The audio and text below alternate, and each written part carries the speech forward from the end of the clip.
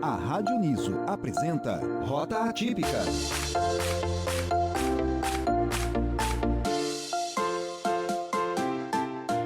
Olá, sejam muito bem-vindos à última edição do Rota Atípica desta temporada. Eu sou o João Alck e este programa é supervisionado pela professora e coordenadora de jornalismo Evenise Batista e também é produzido pelo Labicom e com a edição dos técnicos Douglas Vale e Jéssica Toffoli.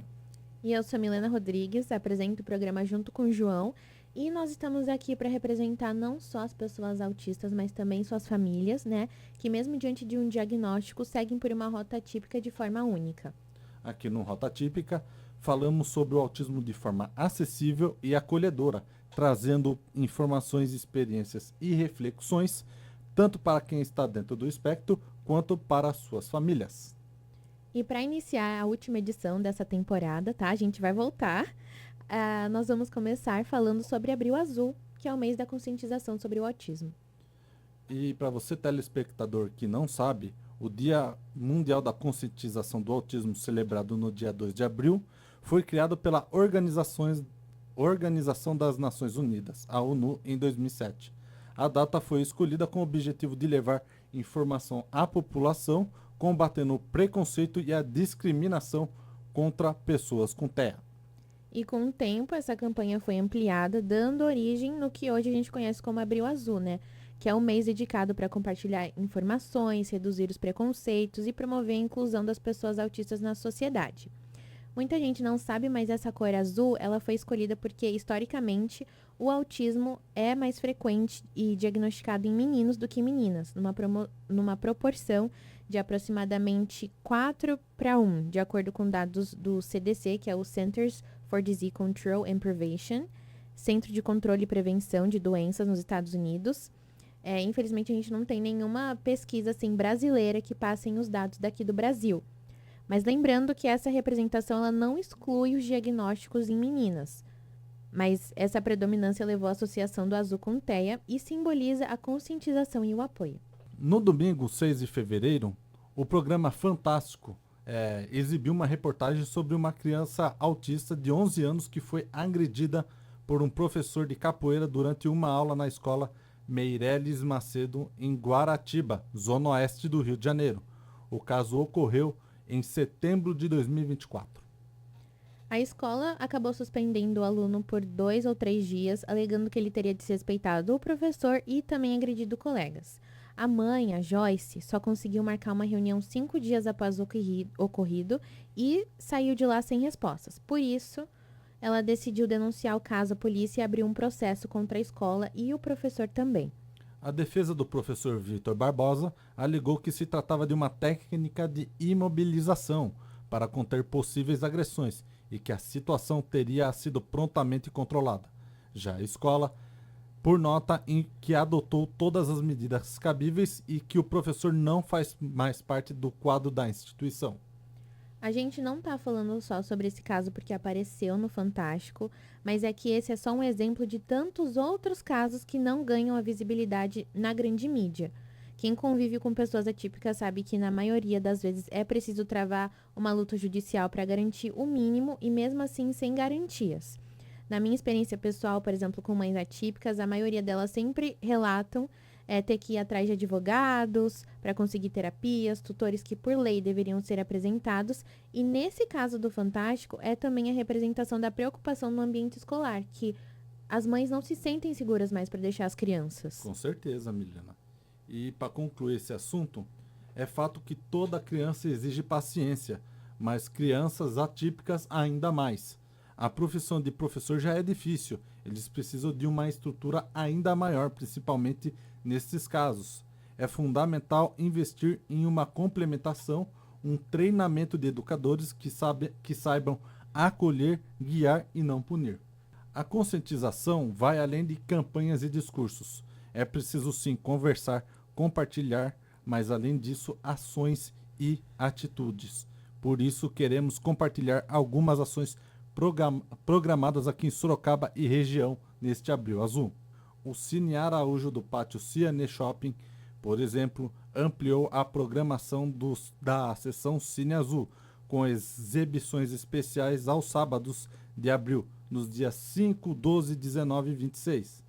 As sessões voltadas para pessoas com TEA acontecem às 14 horas e são adaptadas com som moderado, luz baixa e ambiente mais livre, proporcionando uma experiência tranquila e mais acessível. A AMAS também, Associação, né, Amigos dos Autistas de Sorocaba, também vai fazer uma ação de conscientização dia 27/4, último domingo do mês, e ocorrerá a 15ª edição da Caminhada pela Conscientização do Autismo, a partir das 8 horas da manhã, na pista de caminhada do Parque Campolim. A caminhada também tem uma camiseta temática que você pode adquirir por R$ 55,00 através do número 15 97 40 55 293.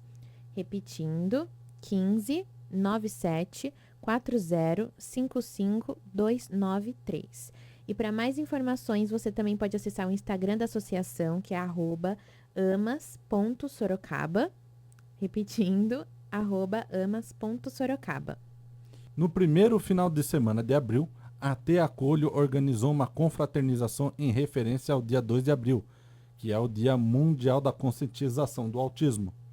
O evento foi realizado no Buffet Doces Bueno e contou com a presença de 100 pais e crianças autistas. Durante o evento, que aconteceu a tarde inteira, e as crianças aproveitaram e muito, principalmente o cãozinho Lucky do 14º Batalhão do BAEP em Sorocaba.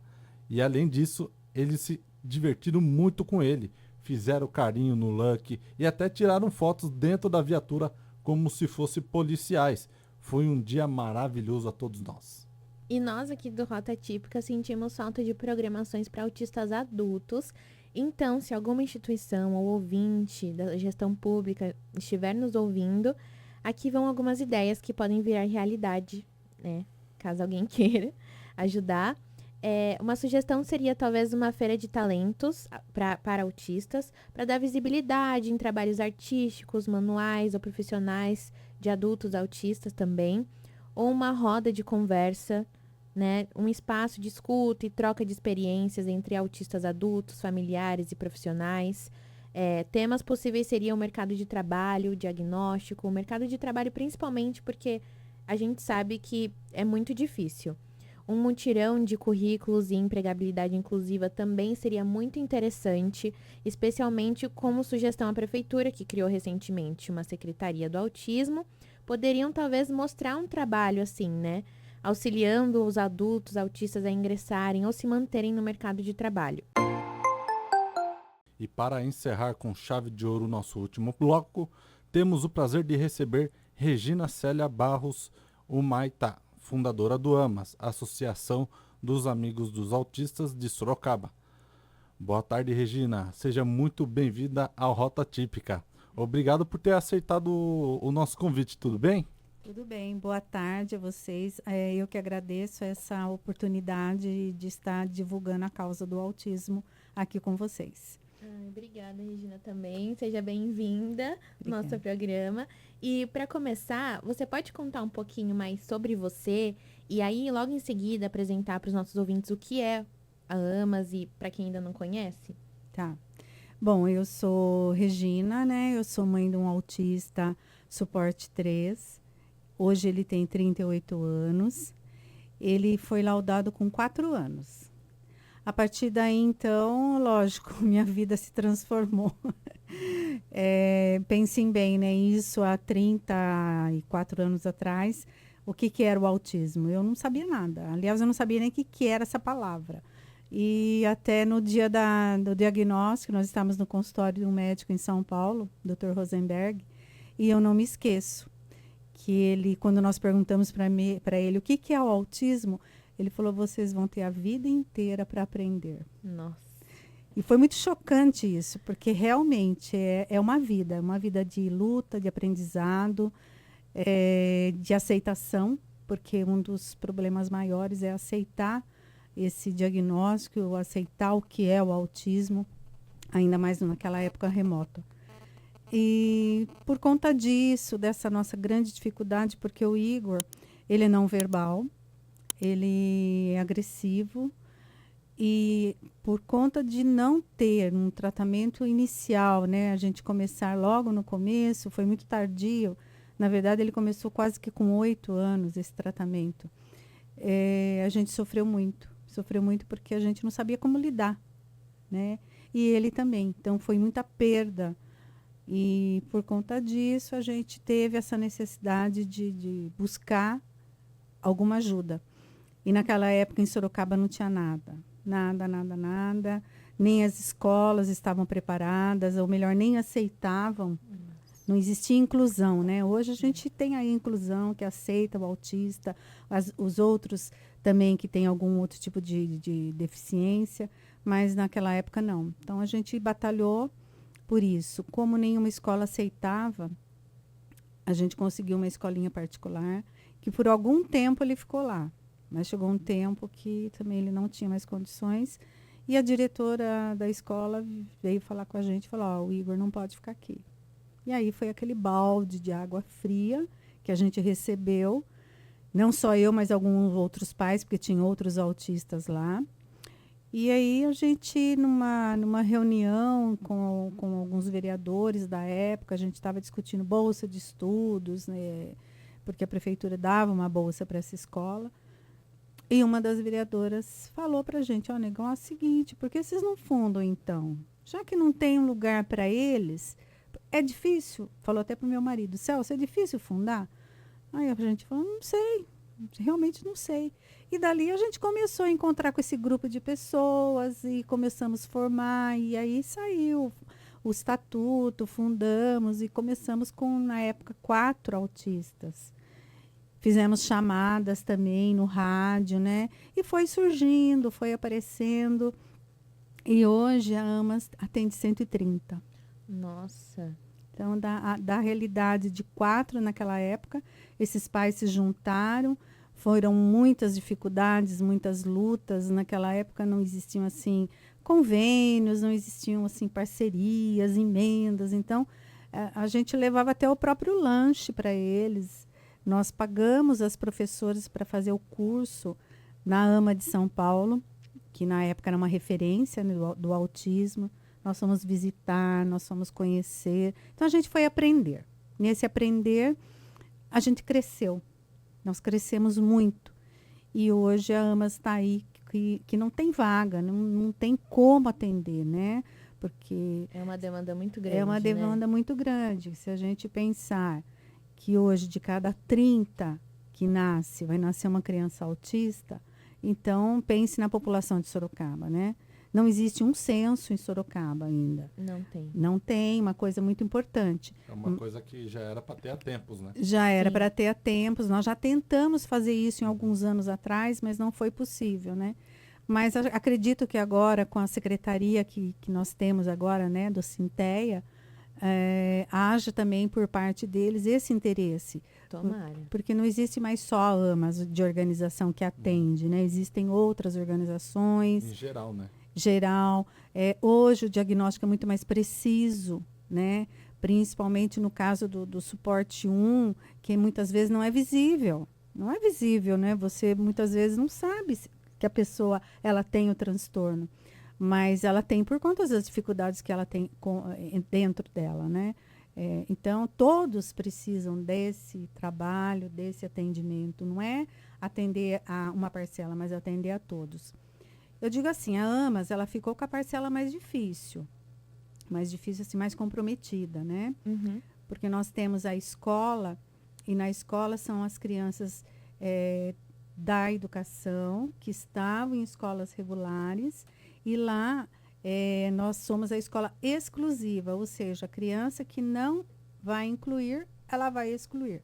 E aí ela vem para a AMAS. Aí ela fica na nossa escola especial. Nós estamos já com, acho que 63 lá. Lá nós temos vagas, né? Nossas vagas são preenchidas diretamente, porque a demanda é encaminhada pelo município e pelo estado. Então, as crianças que já não têm mais condições de ficar mesmo, é feito todo um trabalho, porque na escola municipal, na escola inclusiva, tem o acompanhante, tem um trabalho, mas existem casos que não tem como. Aí são encaminhados para nós. Nossa, que legal. Então, por exemplo, o AMAS mesmo, ele tem a escola e junto tem o acompanhamento tudo no mesmo lugar? A AMAS, eu vou falar a AMAS, porque é a AMAS. Tranquilo. É a Tranquilo. associação. A associação. Então, nós temos a unidade 1, que é onde fica a escola, é a nossa sede, onde tem a direção. E lá nós temos os professores especialistas com os estagiários, que normalmente são estagiários do curso de pedagogia, que ficam junto. Então, cada sala de aula lá são 6 alunos para um professor e um estagiário. Lá não tem, assim, a parte terapêutica. É só a parte pedagógica. Embora a gente tenha um trabalho com orientadora pedagógica, orientação de fono, orientação do psicólogo, mas não existe o atendimento. O atendimento acontece na outra unidade. Aí nós temos a outra unidade, que fica no Vanel, que chama Núcleo de Atendimento Terapêutico. Lá ficam aqueles autistas que não se beneficiaram mais da escola. Então, meu filho fica lá, no caso, os mais adultos, que nem frequentaram muito a escola. Então, esses casos mais graves ficam lá. E nós atendemos lá também as crianças que são da inclusão. São aquelas crianças que vão na escola regular, num período, e no outro período elas vão para as terapias. Lá nós temos todas as terapias. Nós temos com o psicólogo, com a fono, terapeuta ocupacional, educação física, arte, terapia. Então, lá eles permanecem o tempo todo em terapias. E lá é dividido por períodos. As crianças da inclusão, elas fazem 2 ou 3 horas de terapia. E os casos mais graves, eles ficam o dia todo. No caso, eles ficam em atividade o dia todo. Demanda mais de uma atenção, né? Demanda mais de uma atenção, custo. Né? Nós temos no núcleo terapêutico, nossa parceria é com a DRS, a Divisão Regional de Saúde. Na maioria dos casos são ações judiciais, né? Que os pais também têm que entrar muitas vezes com esse recurso porque não conseguem. E na escola são encaminhamentos via Estado e prefeitura. Né? E no núcleo terapêutico nós atendemos cerca de 60 também mais ou menos adultos e crianças. Nossa, o total, assim, de pessoas que vocês atendem seria mais ou menos quanto? 130, 130. digamos. Isso. A gente queria saber qual o principal objetivo da instituição, principalmente no trabalho do desenvolvimento das pessoas com TEA. Então, o principal objetivo é você conseguir um pouco de independência, né? Que no mínimo essa criança consiga, principalmente quem não tem a comunicação, mas ter uma comunicação, né, que não seja verbal, mas que de alguma forma ela consiga se comunicar. Em alguns casos, tem crianças que realmente já conseguem falar, então elas já podem ir a um shopping, né? Mas normalmente acompanhados, né? Então, é ter essa independência para o autista e garantir os seus direitos, que são, né, direitos que todo autista tem. Mas o nosso objetivo com relação ao tratamento é esse. E assim, você pode contar um pouco, por exemplo, para os ouvintes que são pais, como que é esse processo de tentar ir atrás da AMAS para colocar a criança ali, por exemplo? Seriam só mesmo através da escola, caso eles vejam que a criança não está tendo uma evolução ali, e aí entram em contato com você? O que você diria para os pais? Eu digo assim, a escola... Eu acho que muitos dos casos que acontecem na escola, o professor é o primeiro olhar, né? É o primeiro que olha, percebe que a criança tem alguma coisa, chama os pais, conversam. Mas eu acho assim, se não partir da escola, eu acho que o pai deve chegar na escola, conversar com esse coordenador, com o diretor, pedir um encaminhamento, porque tem, se for na escola do estado, tem a diretoria de ensino, onde é encaminhado, então, para a supervisora da educação especial. Existe uma equipe do CAP lá, que é um núcleo também que tem para fazer essas avaliações, que pode estar fazendo a avaliação dessa criança. E aí, se for o caso de encaminhar para AMAS, vai haver, então, todo o encaminhamento através da escola.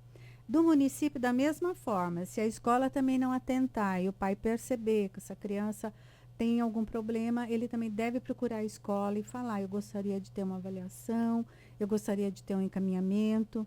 Mas se a criança não tiver na escola, não tem como entrar direto na AMAS. Na escola não tem.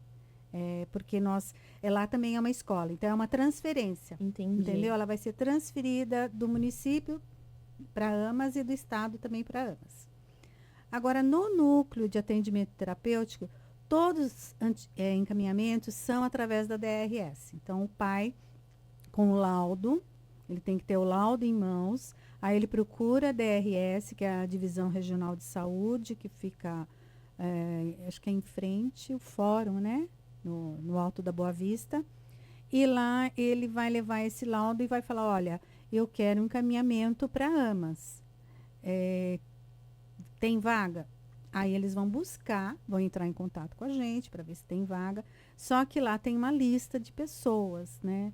Então, por conta dos pais demorarem muito nessa lista, né, lá fica na lista. O que esses pais fazem? Aí eles procuram o Ministério Público e entram com uma ação judicial. Porque com a ação judicial, praticamente a DRS ela é obrigada a achar a vaga, né? Nós temos outra instituição que atende Sorocaba, que também tem esse convênio. É só essas duas. Mas o que tem ocorrido ultimamente é que a lista de espera está muito grande da DRS e nós também não temos como abrir vaga, porque nós não temos espaço físico. Nós não temos, assim, salas para atender, né, essa demanda. Como a gente está falando de uma instituição tão especial quanto a AMAS, durante esses 31 anos de história, teve algum projeto que marcou a trajetória de vocês como fundadora e você poderia falar para a gente qual que você tenha participado de perto e que tenha sido especial como fundadora? Olha, eu costumo dizer que nós tivemos muitas conquistas, muitas vitórias, mas acho que a coisa assim que me deixou mais emocionada foi quando nós conseguimos o nosso primeiro convênio para poder assim ser sustentada, né? Sim. Que foi o primeiro foi o município, né? Foi com o município, quando nós fomos reconhecidos como escola, e aí nós tivemos esse nosso primeiro convênio com o município. E isso foi muito emocionante.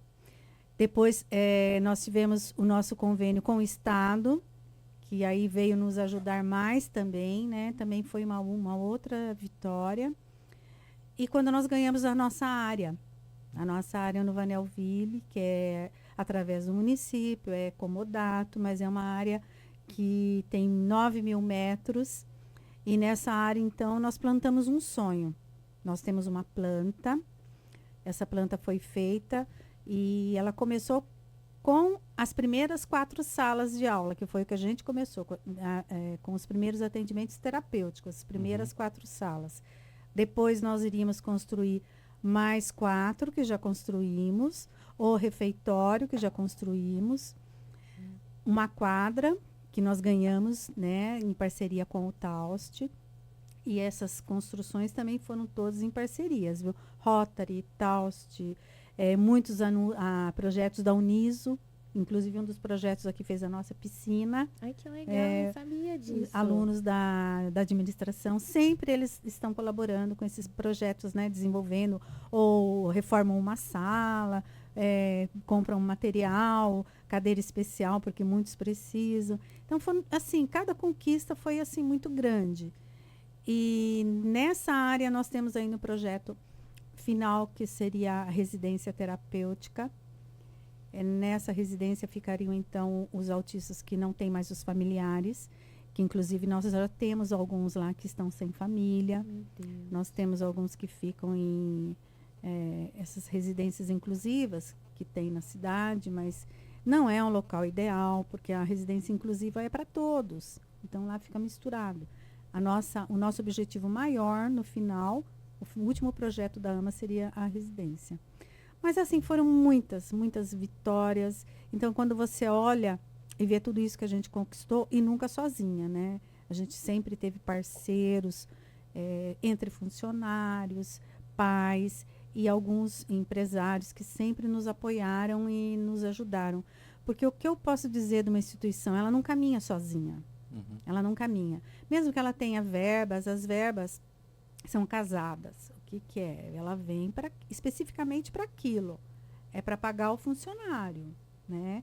Mas a gente tem que manter aquilo lá, né? Sim.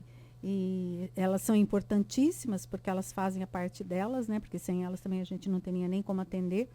Mas a gente precisa de muitos recursos porque uma instituição dessa é muito grande. E a outra lugar que nós ficamos, que é a escola, ela é uma, na verdade, é dos padres do Salesiano e ali é emprestado, né? Mas nós permanecemos lá da mesma forma, atendendo também, porque a demanda também é grande lá, né? E a partir de qual idade que vocês atendem as crianças? Para a idade escolar é a idade escolar, 6 anos, né? 6 anos. E lá eles ficam até 30 anos, né? Ou às vezes até mais, dependendo se o pai entra com uma ação e continua, consegue permanecer, ele continua lá. E no núcleo terapêutico a partir de 2 anos. Porque como são terapias, podem começar também crianças, porque é um tempo curto, às vezes é 2 horas. Então, normalmente esses menores que vão, eles ficam pouco tempo.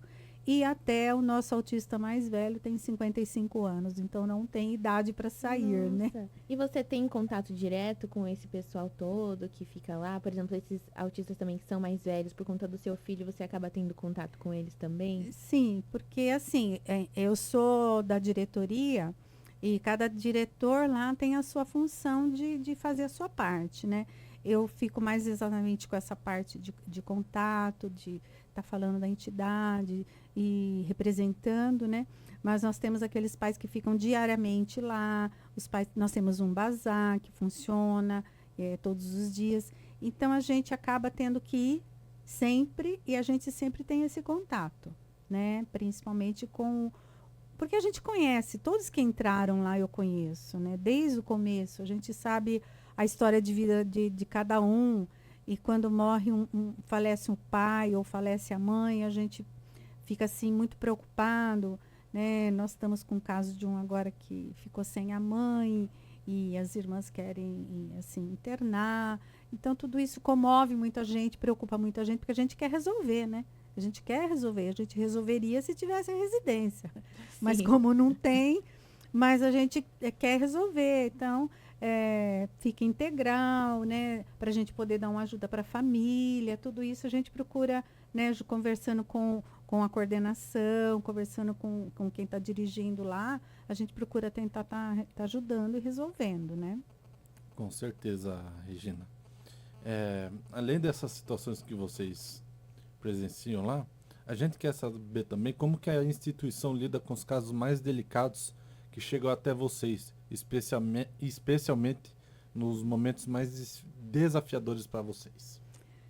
Então, esse foi sempre o nosso, digamos assim, nosso desafio, né? Os casos mais graves, que são aqueles... Tem muitos casos que chegam assim, nunca participaram de nenhuma instituição, nunca tiveram nenhum tipo de atendimento.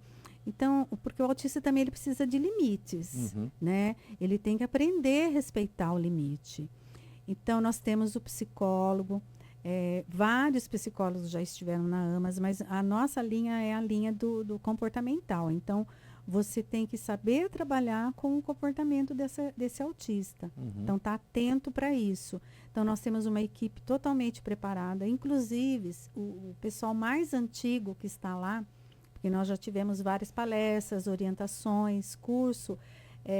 Eles dão curso de contenção, né? Nós já demos cursos em várias instituições, em várias cidades, porque você também tem que saber quando o autista está em crise, que é o momento mais grave, que é o pior momento, porque eu sofri isso várias vezes já na minha vida, né? Você não sabe o que vai fazer. Você não sabe como agir. E nem às vezes o professor sabe. Então, tem que ter aquele profissional, né, que vai que é orientado para fazer essa intervenção.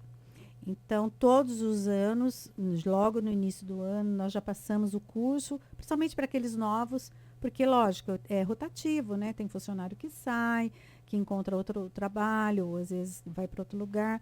Então, nós fazemos esse curso, é um curso de capacitação, principalmente do comportamento, né? Que é para você saber no como você vai agir, né? Muito E interessante. fora esse curso, a gente também na parte de fonoaudiologia, que é a comunicação alternativa, que é dado também todos os anos. Então, nós também temos essa capacitação para estar oferecendo, né? Assim, a fonoaudiologia, assim, na minha visão, eu acho muito importante, principalmente para desenvolver a fala deles, né? Uhum. A fonoaudiologia é a coisa mais importante. A coisa mais importante porque a comunicação, ela não é só verbal. Né? Tem gente que fala, ele não se comunica, ele não fala. Não, ele fala. Ele fala com o olhar, né? É da maneira dele, Da né? maneira dele. Linguagem. Eu leio o olhar do meu filho. Eu sei o que ele quer. Então, ele está se comunicando. Ele comunica através de figuras. Então, todo esse trabalho é o trabalho da fonoaudiologia. E nós temos uma profissional muito boa, que ela já está há anos com a gente, né? Ela faz um trabalho, assim, excelente. Mas, infelizmente, é um profissional muito escasso. Nós sabemos que tem poucos cursos de fonoaudiologia. Inclusive, acho que a Uniso presencial é a única aqui em Sorocaba presencial, que eu saiba, né? Sim. Eu acho que é o único curso aqui. Nós temos uma estagiária nossa que estuda aqui. Sim. E a gente fica assim para ela todo dia. Quando você forma? Quando você forma? Mas ela está formando, graças a Deus.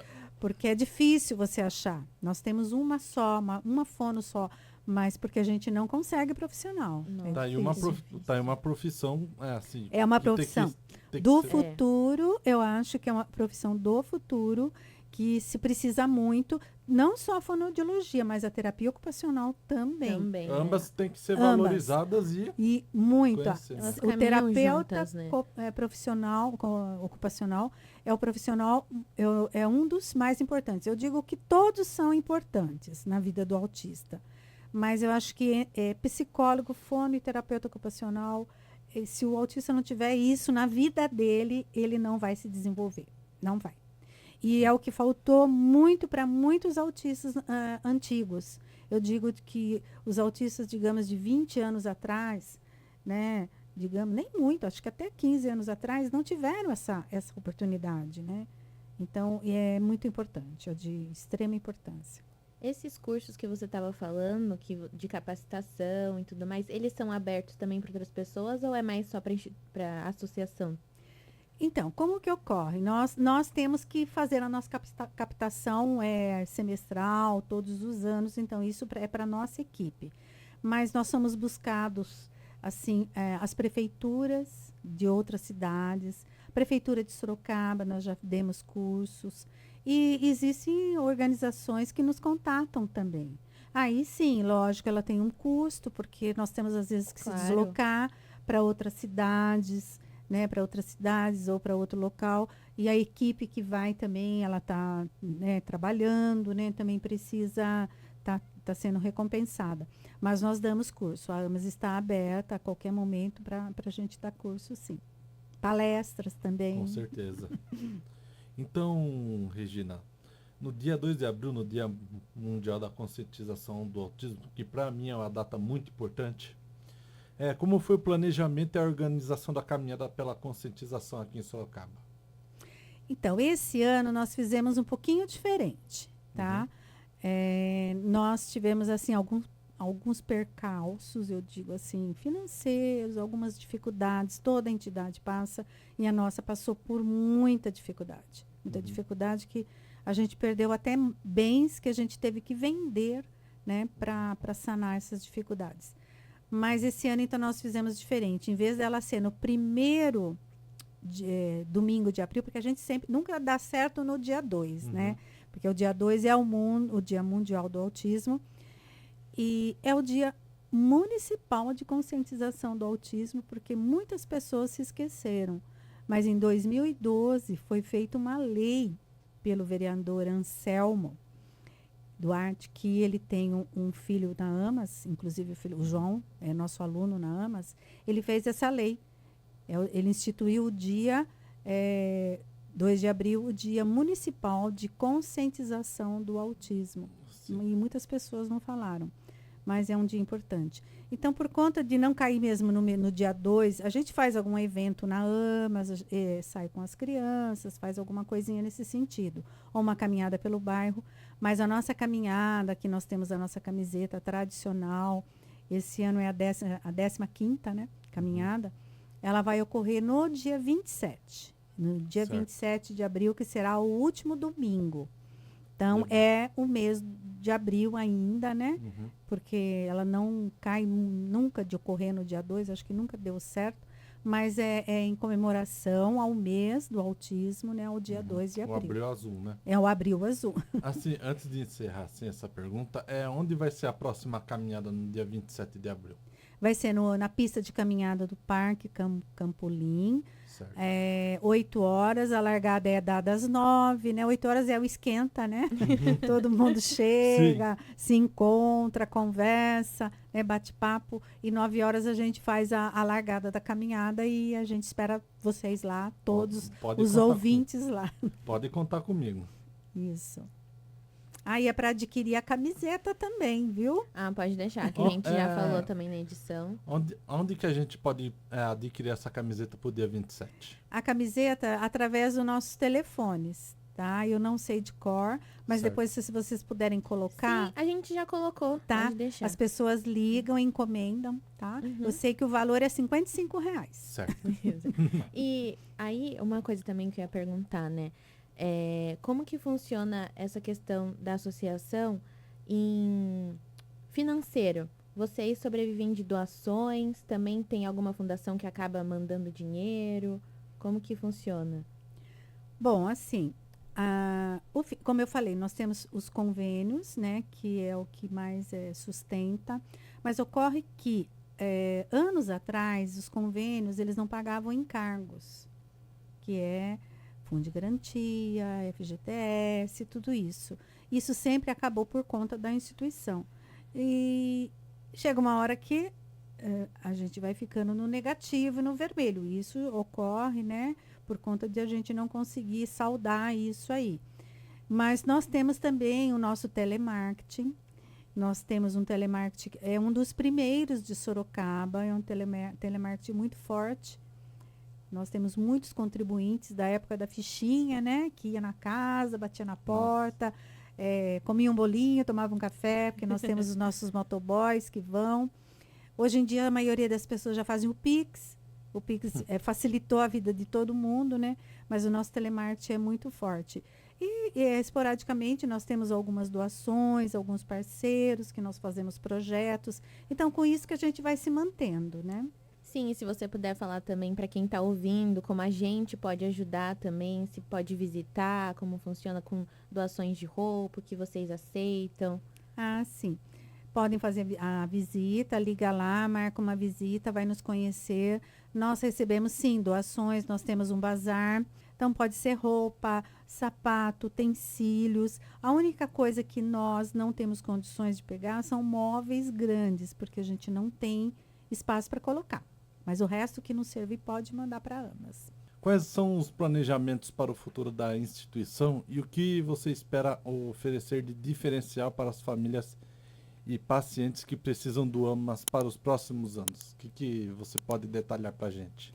Então, o que eu falo para você, o nosso projeto é ampliação, para exatamente o objetivo é atender essa demanda, essas famílias que precisam de orientação, que precisa do atendimento, porque a partir do momento que a família entra na AMAS, ela já tem esse suporte, né? Nós temos alguns projetos que acontecem também, que atendem os pais, os profissionais, no caso o psicólogo, assistente social, que faz esse atendimento para os pais. Então, a AMAS, ela planeja crescer para atender melhor. O nosso objetivo é esse. E o projeto final que eu falei é a construção da residência, que seria assim, para atender, que são poucos agora, mas eles vão envelhecer, todos nós vamos envelhecer um dia. Infelizmente. Né? E nós precisamos deixar esse legado para esses autistas que vão Com ficar certeza. aí. Eu acho que eles não podem ficar marginalizados. em qualquer lugar, não. Eles precisam Não. ter um lugar digno para viver. Um bom exemplo, né? Um bom exemplo. Então, a AMAS quer muito terminar isso, começar a fazer e terminar, e contamos com parceiros para isso. Se Deus quiser. E, Regina, pela sua observação, inclusive do seu filho também, qual você diria que são as atividades que os autistas gostam mais de fazer na AMAS? Tanto os pequenos também e os adultos também, né? Que eu acho que é muito difícil você achar hoje em dia, e até antigamente também, trabalhos com autistas adultos, porque geralmente se fala muito da criança autista e não do envelhecimento, e não de pessoas adultas que também são. Tá. Eu vou falar do adulto, então. Assim, o que eu observo, né? Que não só o meu, mas com os outros lá. Eu acho que a primeira coisa lá, eles têm disciplina, eles têm comando, eles têm regras. Ou seja, eles têm o que fazer. Porque você ficar na casa sem fazer nada, umas férias em casa é um transtorno, porque ele se sente inútil. Agora lá ele se sente útil, porque o simples fato dele levantar, pegar um objeto e lá colocar no lugar, né, acompanhado do profissional que ele vai fazer aquela atividade, isso para ele já engrandece. Agora, uma das terapias que eu acho que eu observei que os adultos mais gostam lá é a pintura. A arte-terapia, a pintura. Muitos, eu tenho assim vídeos deles pintando, eles se soltam, sabe? Eles se mostram, aquela tela que eles pintam, tá a carinha de cada um. Eu tinha até uma profissional que trabalhava lá, eu gostava muito dela, e ela falava isso, olha esse, quem você acha que fez? Porque cada um tinha sua cara, cada tela tinha uma cara, então é uma coisa que eu acho que eles amavam muito. A música também. Agora, eu acho que os pequenos, eles gostam mais da música. Eu acho que o autista jamais um pouquinho mais comprometido, ele não gosta muito de barulho, essas coisas. Mas eu observo que os pequenos, muitos tocam instrumentos, cantam, dançam. Então, são atividades muito prazerosas para eles. Eu acho que o trabalho também que a Fono faz, ouvir, né, no fone, ouvir o desenho vendo ali, ouvir no fone. Então, tudo que é muito interativo Por conta da sensibilidade também, né? Isso, eles gostam muito. Sim, é verdade. João, antes de você fazer sua pergunta, eu vou fazer mais uma pergunta para a Regina Vai lá, também. manda bala. Não, assim, eu acho que é impossível qualquer pessoa que for ouvir e não ficar admirado também pela sua força, que eu sei que também não é uma opção, porque quando você tá com uma situação assim, não tem outra opção a não ser correr atrás das coisas para o seu filho mesmo. E eu queria saber se você teria um conselho para essas mães, né, que estão passando por uma situação de diagnóstico, como você falou, na época você nunca tinha ouvido falar sobre o autismo, é sempre um baque, assim, chocante, e infelizmente nem todo mundo tem acesso a AMAS, né, ou um apoio assim. Eu queria saber se você teria algum conselho para passar. Olha, o que eu poderia dizer para essas mães, que eu acho que eu já passei por isso, que é um momento muito difícil, eu digo assim, que é um momento de luto, né? Mas que elas olhem para frente, que elas assim não desanimem, que elas corram atrás, porque tem que correr atrás. Você não pode esperar. Vejam, eu não tinha nada, eu não tinha nem para onde correr atrás, né? Eu ia perguntar para quem? Aqui não tinha para quem perguntar, mas eu saí de Sorocaba, eu fui para São Paulo, eu fui para Indaiatuba, eu fui visitar lugares, porque eu falei, não, tem que ter algum lugar que aconteça, que possa haver um tratamento. Então, é correr atrás. Primeiramente do diagnóstico, tendo o diagnóstico, procure sim os órgãos que podem auxiliar, né, a saúde, a educação, mas não desanimar, porque existe jeito. E a primeira coisa que se tem que começar assim, rapidamente, são as terapias.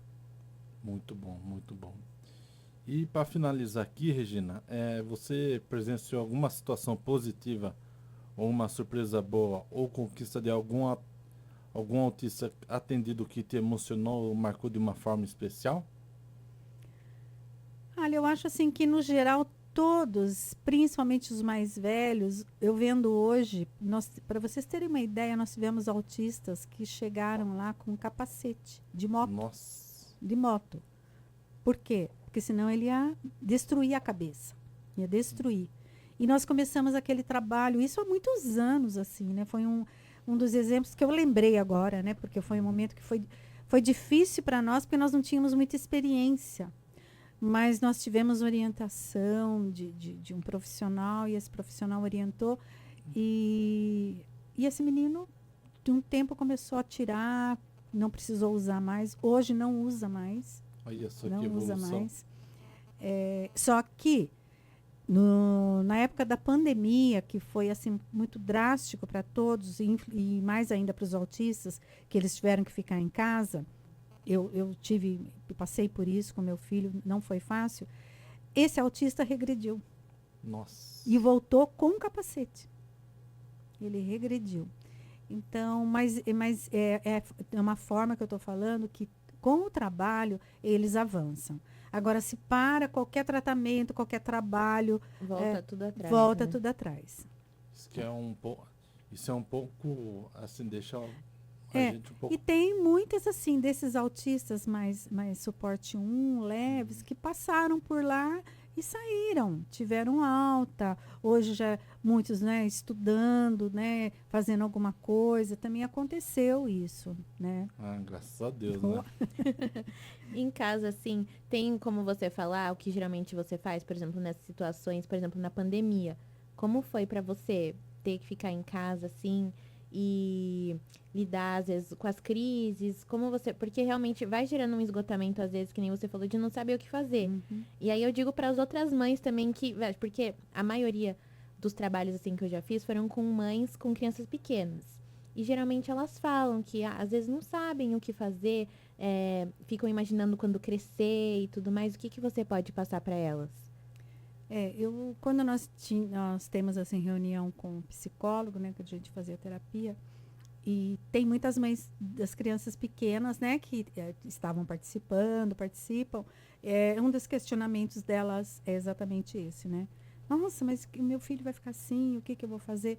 Olha, a primeira coisa, você tem que estar sendo orientada para saber, no momento da crise, o que você faz, né? Primeira coisa, deixe ele. Não pode gritar. Primeira coisa que, normalmente, quando a criança tem a crise, aí a mãe se desespera e vai gritar. Mas não, você tem que passar calma para ele. Porque se ele se desestabilizou em algum momento de crise, você sabe que o cérebro deles é totalmente assim, as conexões são desconectadas, né? Sim. Então, o que acontece na hora da crise é exatamente que pode haver um choque e ele tem essa crise. Então, é você passar calma para ele. Então, a mãe tem que ficar calma. A mãe tem que ficar calma para ele ver que você está calma e, aos poucos, vai estabilizando ele, né? E com isso, eu consigo com o Igor, né? Muitas vezes ele vai lá, ele começa a bater na cabeça, ele começa a se morder, mas aí ele passa. Outra coisa também que a mãezinha lá tem que observar, se não está com alguma dor, principalmente para aquele que não é verbal, né? Que não sabe dizer, não sabe mostrar. Então, observar sempre, gente, está vendo o dente, ouvido, que às vezes bate no ouvido, pode ser. Então, as mães têm que estar... É uma mãe, assim, especial mesmo. Ela tem que estar atenta a tudo. E se não conseguir nada disso, buscar ajuda. Certo. Mais uma pergunta, gente? Eu vou perguntar mais uma, aproveitando. De atividade, assim, mais dinâmica, tem alguma que você indicaria para fazer? Por exemplo, em casa mesmo? Eu acho assim, tem autistas que gostam muito de pular, né? Então, arrumar aquele pula-pula. É sempre manter eles em uma atividade física, que aí eles vão estar queimando energia, né? Se conseguir fazer caminhar com ele. Mas, assim, essas atividades que façam com que ele queime energia, né? Eu acho mais importante. E nós vamos encerrando por aqui, Regina. Mais uma vez, eu quero agradecer a sua presença aqui, por compartilhar tanta coisa muito importante para a gente, né? Que eu fico até muito feliz de saber da instituição. E o Rota Típica estará sempre aberta para você e para o OMAS. Tá, eu que agradeço vocês, tá? A oportunidade. Eu acho que mais do que a gente está conscientizando, é a gente não esquecer que não é só o mês de abril. Porque o mês de abril ele vai terminar. Mas a mãe vai continuar lá na casa com o seu filhinho autista ou filhão. Então, eu acho que é muito importante essas atividades, essa iniciativa. E eu agradeço muito o espaço aqui da Uniso, tá? O espaço de vocês. Muito obrigado, tá? Ah, só A gente que para agradece. assim, só para reforçar, o Labicom e o Rota Típica estarão sempre de portas abertas para você, Regina. Tá, muito Tipo obrigada. Amas. Muito obrigada. E a gente também não pode deixar de agradecer ao Dr. Matheus Marcelo, que foi um dos nossos convidados aqui. E ele que me passou, inclusive, o contato da Jeane, que foi quem indicou também a Regina, e ela está aqui com a gente hoje. E você que continua ouvindo ou assistindo Rota Típica, muito obrigada. Por favor, não se esqueçam de compartilhar nas redes sociais e a continuar acompanhando a gente. É @RotaAtípica. E lá a gente sempre divulga os links das edições e novidades do programa. E também acompanhe a Amas, que tem Instagram também, é @amas.sorocaba.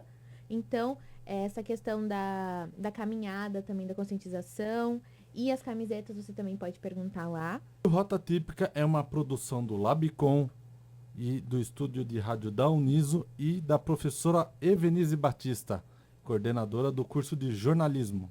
E a gente se encontra então numa próxima temporada. Até mais, pessoal. Obrigada e até Tem mais uma coisa? E para finalizar, não deixe de se inscrever nos canais do Labicom e do Rota Típica no YouTube, além das redes sociais, como a Milena falou. Um forte abraço a todos e até a próxima temporada. A Rádio Uniso apresenta Rota Atípica.